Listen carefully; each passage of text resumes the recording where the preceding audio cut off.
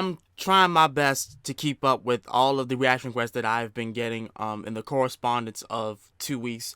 But another member of the Sakurai clan, I hope it was another member of the Sakurai clan, wanted me to react to this certain video dealing with Beeris. And this is not animated, but it's mainly, a discussion about what would happen if Beeris went up against Gorr the God Butcher.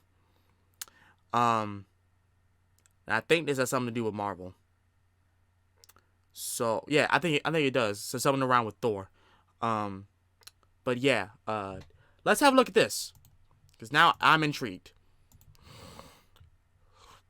So for those that have been on this channel for a while, you might already know who Gorr the God Butcher is. But for those who don't, I have done videos on him in the past, like Gorr the God Butcher versus Goku Black, which I'm really surprised that Death Battle hasn't stolen from me yet.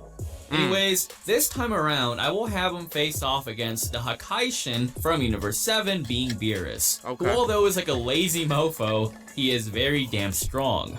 So for this versus battle, we're gonna be answering a couple questions. So is Beeris even capable of holding his own against Gorr, or did he just get butchered like many other gods? Well, let's get into it.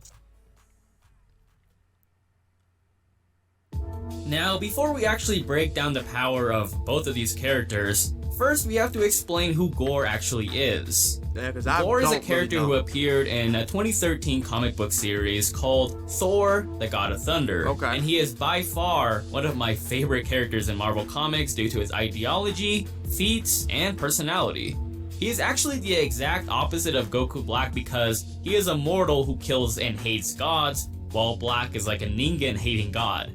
So although his contrast as a character is really cool, he actually has a really tragic backstory, as many characters nowadays do in comics anyways. Oh yeah.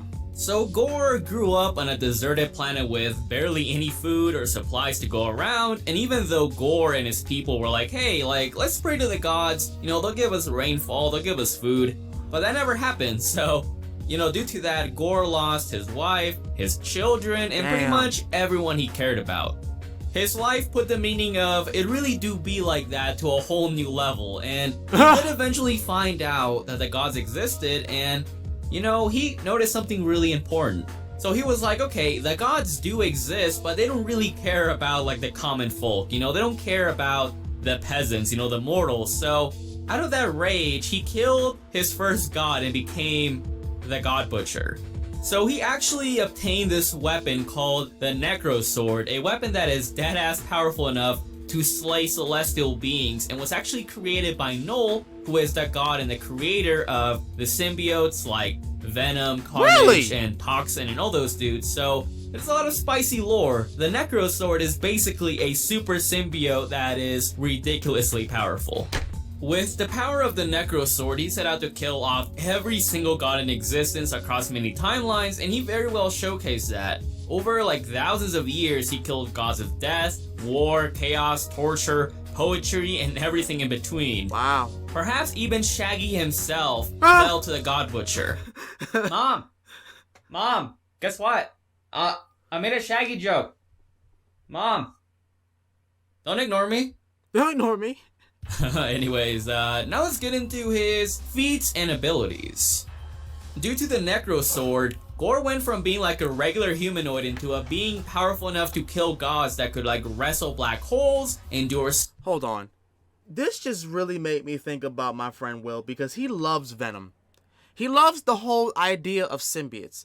So the fact that there's a guy who's literally going around killing gods using a symbiote-like weapon, I know he would love the hell out of that. He would love that. So I'm gonna send this doggone link to him. I really am. I'm gonna do it. Supernovas and far, far crazier stuff. Gorr can also make really powerful minions known as the Berserkers, who although seem like cannon fodder, they are actually really powerful. Even Thor was like, wow, this guard dog or this minion that Gorr has is actually really powerful, and it actually even took him hours to defeat him. Plus, an army of them was actually capable enough to kick old King Thor's ass for hundreds and hundreds of years. They would overwhelm him, knock him out, and then take him back to the throne to do it all over again for hundreds and hundreds of years. So it'd be like, hey, You want to die? Sorry, bro. Can, man. We're gonna have to take you back, like, let you rehabilitate yourself, and we're gonna kick your ass over and over again. So that's hell. Yeah, Gorr is definitely a really twisted villain that he wanted to make Thor suffer as much as possible. If you don't want to kill a man, so how did Gorr get more powerful? Beat him up now to you might think, oh, he transformed or he simply trained. And then whoop his ass again. Literally, he just grew more powerful through experience and also by killing gods, because that is actually what fuels the weapon to grow in power. You need to feed it god blood.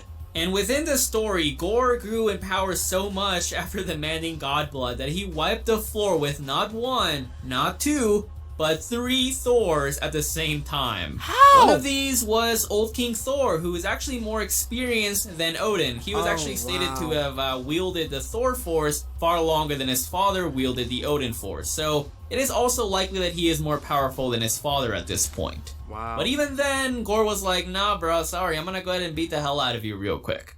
The normal Thor is also crazy powerful, as I have covered in my Thor power scale. He can easily withstand solar system and even galaxy level attacks, and he's also been able to consistently hold his own against Skyfather / God of Destruction level characters and higher, like Galactus, Mephisto, and Hela. So yeah, Gorr is pretty overpowered, but just how powerful and fast is he? As usual, we can scale Gorr from Odin, Galactus, and other beings of that caliber who all have multi-galaxy to even multiversal levels of power. For one, Galactus actually once fought against Mephisto in a battle that shook and could have wiped out numerous galaxies, and it was even implied that if they kept fighting, that the universe would also be wiped out. And if you guys didn't know this already, the Marvel Universe, just like the Dragon Ball Universe, also has other dimensions and realms within it. Yeah, so this clearly means that wiping out a living universe is more than just universe busting, but actually multiversal due to all of the dimensions that are within it. So yeah, pretty impressive. Galactus also wiped out many galaxies and put the universe at risk once more when he fought Tyrant, who was very close in power to him. Yeah. Then we have Odin, who, while weakened, threatened to actually wipe out the living universe in his battle against Seth, another Skyfather. They wiped out galaxies, tore the fabric of the Marvel multiverse, and it was also stated that their fight affected every plane of reality. So yeah, that is crazy levels of power, and Odin was weakened, which makes it even more impressive. And I've covered this one many times already, but Odin also nullified a fire that was covering large parts of the World Tree. The World Tree has 9 realms, which many of us might be acquainted with, and they are implied to be universes, or at the very least, large dimensions with like their own cosmos and time-space continuums. Right. And if that was not crazy enough, the 9 realms are simply the tip of the iceberg. It's actually been stated that there are actually a maybe infinite or a countless amount of realms in the World Tree, and Odin saved all of them. He dealt with multiversal levels of energy in base without like any enchantments or his armor and stuff like that, like his really crazy destroyer armor.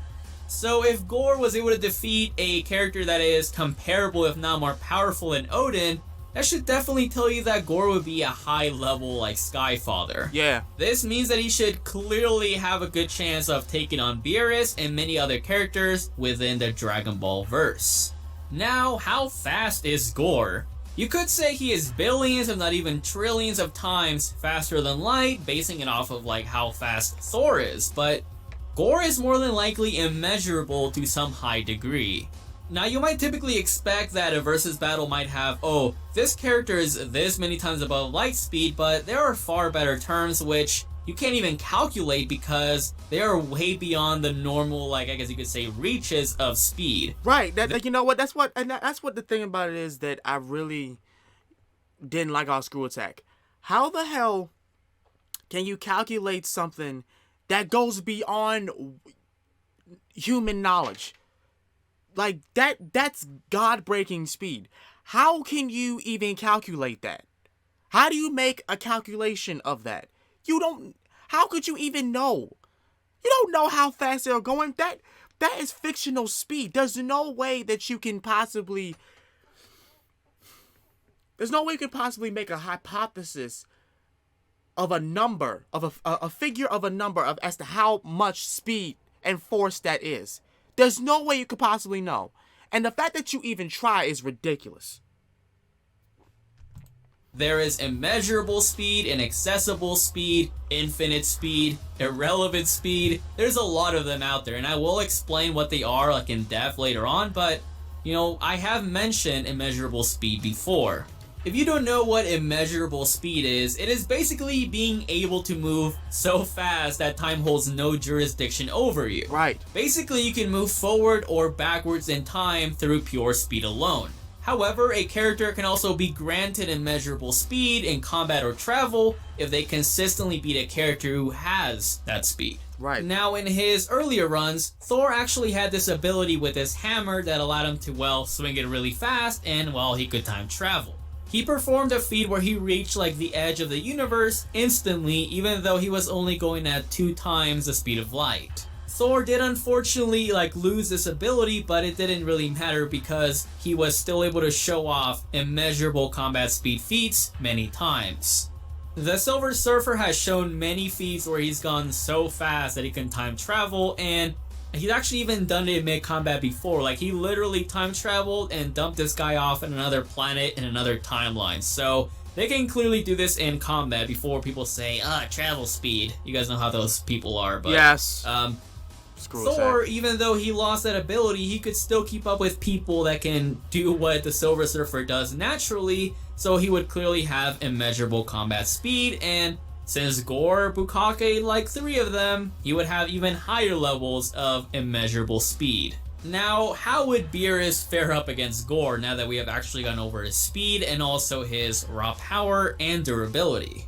As many of you already know, Beeris is powerful enough that even while heavily suppressed, he could nullify energy that could have actually wiped out the entire Dragon Ball macrocosm of, Universe 7. Universe 7 is actually composed of several realms, like the Kaioshin realm, Hell, Heaven, the Afterlife, the Demon realm, and many of these are actually galaxy, if not even universe size, so clearly wiping Universe 7 out is more than just universe busting. And simply by punching each other, Beerus and Goku also threatened to wipe out Universe 7, and they were heavily suppressed. And obviously Goku and Beerus are far, far more powerful than what they showed in their first battle. So Beerus can be scaled to being insanely above baseline Universal, at least low to mid Multiversal. Keep this in mind though, it was heavily implied that during the revival of Frieza arc, Goku and Vegeta were able to absorb their, I guess you could say, Super Saiyan God level of power, not the God Ki, into their base form, which is consistent with Beerus stating, oh hey Goku, you got more powerful, you want to try to fight me now? And they're like, nah bro. So, we also saw that Super Saiyan Goku was able to hold his own against a much more powerful Beerus, even though the God form ran out. So clearly, absorb God level of power is a thing in the series. Yes. And even with that more powerful base form, getting Zenkai's and Potara fusion being a factor, Beerus was still not surpassed by Goku nor Vegeta. It wasn't until, Ultra Instinct actually appeared that Beerus believed, hey, Goku might have actually surpassed me now. And that took him years to even get to that level. So going off of that simple scaling, I think it is very fair to say that Beerus is way above baseline Universal. And since him and Odin have both nullified multiversal levels of power and have shown very similar feats, then I think they should be very comparable in power as well. Right. But now let's get to the real question, okay? How fast is Beerus really? You can actually get him to being billions, if not even trillions of times the speed of light, going off of, when he cut up to Whis' staff. Now, Whis has actually stated before that, to reach from Beerus' planet to the Earth, it would actually take him about half an hour, give or take. And the thing is, the Earth is on the other side of the universe. It's actually been stated to being, on the end of it. So clearly, Whis would be crossing universal distances, and even then, Beerus has caught up to him. And someone might say, oh, it is travel speed, but the thing is, in Dragon Ball, combat speed is generally superior to travel speed. Yeah. And I mean, also think about it. He did the feat casually. He wasn't even fighting or being serious. I mean, we have seen Beerus serious, or at least implying to be angry. He is not gonna go at his full speed when he's just trying to get food. You guys get what I mean? Yeah. So yeah, Beerus might be really fast and all with calculations, but he is more than likely much faster than what we can actually, possibly calculate from, because he is more than likely in another category for speed known as inaccessible speed. Yeah, I know I'm giving you a lot of terms, but don't worry guys, as soon as we go down the line, you'll understand it more and more, and it will make more sense. Inaccessible speed is actually a very recent term, and it is basically when you are able to move in a timeless void or when time is at 0. So in the Battle of Gods arc, when we saw Goku and Beerus duking it out, Old Cow was like, oh my god, they're so powerful, they're so chatty, but then he was like, wait, if these guys keep fighting, they're gonna like turn this into a vacuum of nothingness. Like there's gonna be nothing left. So that very well implies that, hey, all the matter, all the celestial bodies, all the planets, all the stars are all gonna be wiped out alongside the time and space continuum. So if Beerus and Goku can fight and wipe all this out while heavily suppressed and they're much more powerful now, they can clearly fight in a timeless void going by that. And this is actually consistent with what happens in the Goku Black arc. So do you guys remember when Zeno was like, yo, I'm gonna go ahead and like Control Alt Delete and like end this task. Like I'm gonna go ahead and erase the whole timeline. I hope you guys don't mind, man. But he did that and Trunks like, shit. But anyways, they go back and for some reason, I mean, they wiped out the timeline, but then Goku and Trunks can go back to it. I mean, I don't know, man. Akira Toriyama is an old man, so we're gonna let it slide. But anyways, putting that aside, where Goku and Trunks defied physics beyond Dragon Ball terms by going back to a timeline where there's no timeline, I mean, that's actually kind of pissing me off, dude. But, I mean, Goku and Trunks were able to clearly move in this timeless void, so that is inaccessible speed right there. And Beerus is clearly far more powerful than Goku and Trunks when they perform this feat, so he would be on a much higher level of inaccessible speed. Unfortunately for the Purple Cat Boyo, inaccessible speed is actually not even close to immeasurable speed. I mean, don't get me wrong, Beerus being that fast is really good, but that's still not even immeasurable because there hasn't been a single character in Dragon Ball Super that has actually been able to time travel through pure speed alone. Like, they typically need a time machine for that. Right. So at this point, you might be thinking, okay, Gorr has the superior speed, durability, and raw power, so how would Beerus even hold his own against him? How would he even pull out a win? Now, there are actually several ways that Beerus can win. For one, Beerus does have the Hakai technique, which erases somebody's existence, like their body and soul are all gone. However, as we know in Dragon Ball, many of these abilities can be countered by literally powering up. So we actually saw Vegeta counter Toppo's Hakai energy when he transformed, and we also saw Goku resist against Sidra's Hakai energy by powering up. So clearly, the Hakai can be countered in a way through raw power. Now, even though Thor does have like defenses against soul-based abilities and attacks, that is more so because of his worthiness and good nature of his soul. It isn't because of raw power. So the Hakai could theoretically not even work on Thor, but Gorr is a different story. Gorr might be more powerful and does scale from, Thor's speed and durability, but his physiology is completely different. He is not a god. He is a regular humanoid with a god's weapon, and he clearly does not have the worthy characteristics that, protect Thor from such attacks. And also, Gorr, even though he's like a really smart dude, he has this really stupid Goku syndrome. Like, out of all characters, he had the Goku syndrome, and he lets his guard down over and over again. So one time he was like so preoccupied that he got like his, arm chopped off by Thor, and then the second time he didn't learn and he got his eye bitten off. So Gorr clearly is really cocky sometimes, and he lets his guard down like an idiot, and Beerus would clearly have an opening there and win from that. Anyways, to conclude, if both characters are at their best and Gorr is not messing around, then I believe he would be able to defeat Beerus with low to mid difficulty. And I mean, let's not forget that he also has his minions, which could very well tire out Beerus and damage him over time, making it a lot easier for Gorr to get the win like that. However, as I said, it's also possible that Beerus can pull out a win going by the nature of the Hakai and how it could very well possibly affect Gorr, and also because Gorr has like his Goku syndrome, which would allow him to, let down his guard, and, Beerus can definitely get an opening from that. But yeah, I wonder who you guys think would win. I definitely wanted to explore several ways that the fight would go down, because not everything has to do with raw power and abilities, right? There's more to that as well. True. I also wanted to do this video because, you know, Gorr fighting one of the most powerful gods in Dragon Ball seems very fitting. Speaking of, I'll actually be doing more Marvel and DC videos down the line, so please be sure to subscribe and like the video if you enjoyed, and yeah, I'll catch you thotties next time. Peace out. Alright. Well, that was honestly really good. A good piece of information. By the way, this creator is named Chuck. Chuck, you did fantastic with this. Especially explaining about the speeds, like immeasurable speed and